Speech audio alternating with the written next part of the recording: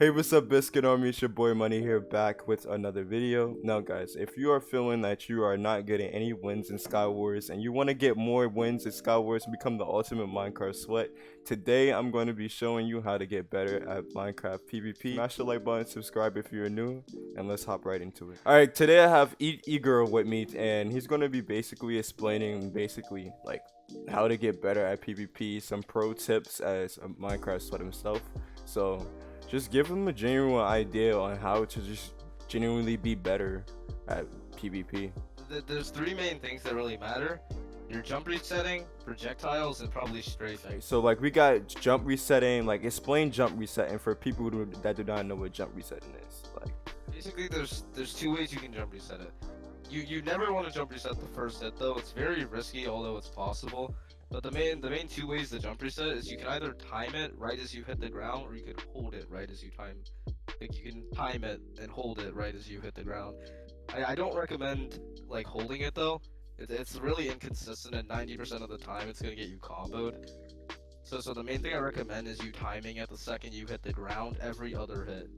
So you might want to do it the second hit and then the third, or you could do second and fourth. But you always want to do it like when you're trading. You never want to do it going into it, like into a trade. yeah. It's always gonna get you comboed. So what about for people that don't know about projectiles? So like I use snowballs and sometimes I use a bow. I don't usually use a bow, but like these projectiles can definitely get you a combo. Explain to the people what. So every time you're getting ready to go into a trade, you always want to snowball them right before you get into it. It's gonna put them up in the air, and then you can combo them or whatever. Alright. So explain strafing to these people.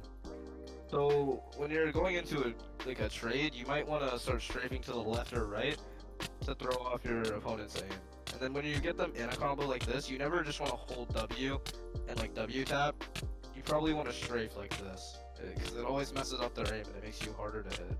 What I learned from playing the Hive overall is just like, strafing, snowball, combos, projectiles are like the most efficient. So what about bridge methods? What bridge methods is the most effective, and which to get you like a definite a getaway? IC bridging is probably the most useless. It's literally only for showing off. So you could do the jump bridge where you look straight down, but it's really risky because you have nowhere to look, and it fails a lot of the time. So what you might want to do is you might want to MJ bridge like this. It's where you do, it's kind of like the same, but you look up and down like this, and it places the blocks. Yeah, it's really good for getting away and just bridging. That's what pretty much everyone does. Yeah. All right, so long bridging, well, MJ bridging would be like the best effective bridge you could use. All right, so say if I'm in a game with a whole bunch of sweats, what would be the best strategy that I can use to to win that game?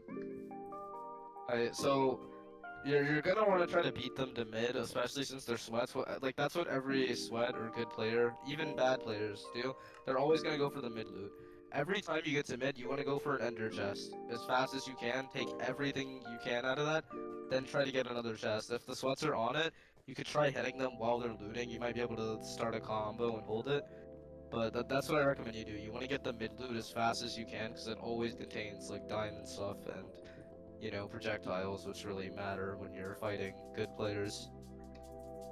If you're getting outgeared by someone in like full diamond, you're never gonna win. Alright, so what would be the best way to W tap if I was to try to get a good combo in, like to keep distance but at the same time still be able to hold a W tap?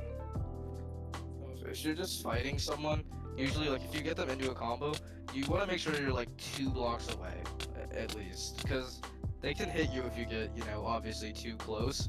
But the majority of the time, if you're at least like even like 1.5, if you're like 2 blocks away, usually the majority of the time you're not going to be hit. You don't need to space like a full 3 blocks to not drop a combo. You can be actually decently close to them without them fully being able to hit you. But you mainly want to do it like when you get a hit. Like, so for example, like when you get a combo on someone, you're usually just going to want to hit them, W tap, hit them, W tap, on and on, I guess, until you drop it. But that's where strafing comes in, because when you strafe, you can strafe and W tap at the same time, and it gives you good space, and it makes you even harder to hit than you already are. So that's probably what I recommend for that. Is you're genuinely just gonna wanna try your hardest to space, especially because when you're fighting good players, you wanna get extra hits, so you're guaranteed the win, I guess. For me, playing Hive Skywars, majority of the time I rush middle. I try to get as many snowballs as possible, or snowballs or even arrows, because I know like usually I get a bow. I try to use the projectiles. I don't use projectiles often, but like if it's a good player in a game, I try to use as many projectiles as possible. Just basically getting more hits is what I tend to go for, and even if like if the player is better than you, or genuinely like a good player and you don't have projectiles, what I try to do is I try to keep my distance as far as away from them, and to like be able to get a combo on them before they can get a combo on me. Like, I don't know. That's why I think bows are a lot better, especially, is because their arrows are a lot more obtainable. Like, I guarantee you, if we go in a fresh GS and you loot, I mean, like, every single chest, you're probably not gonna get more than, like, 2 snowballs. Let's say the max 40 snowballs. You're only gonna, because snowballs are decently obtainable. Like, I have 8. And I got the majority of the mid chests. Like, if you loot every single chest in a game, like every single one, the max you're probably gonna go like 40. If you just mine a bunch of arrows, you're guaranteed way more. Like, I have 28 right now, and I haven't even really mined. I've just gotten those from mid chests. So a lot of the time when you loot a mid chest, you can get like up to 6 arrows in just a chest. They're a lot more obtainable than like snowballs, and since you can just mine an ore for them, that makes them a lot easier to obtain as well. So it's kind of just, I guess that's another preference thing, whatever you want to do.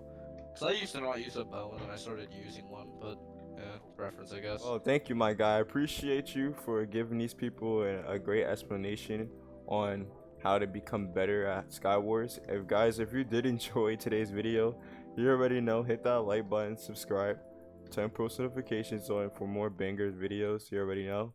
And I'm gonna be leaderboard grinding, so hopefully we get a treasure wars video out for you guys soon. And yeah, I'll see you guys in the next one.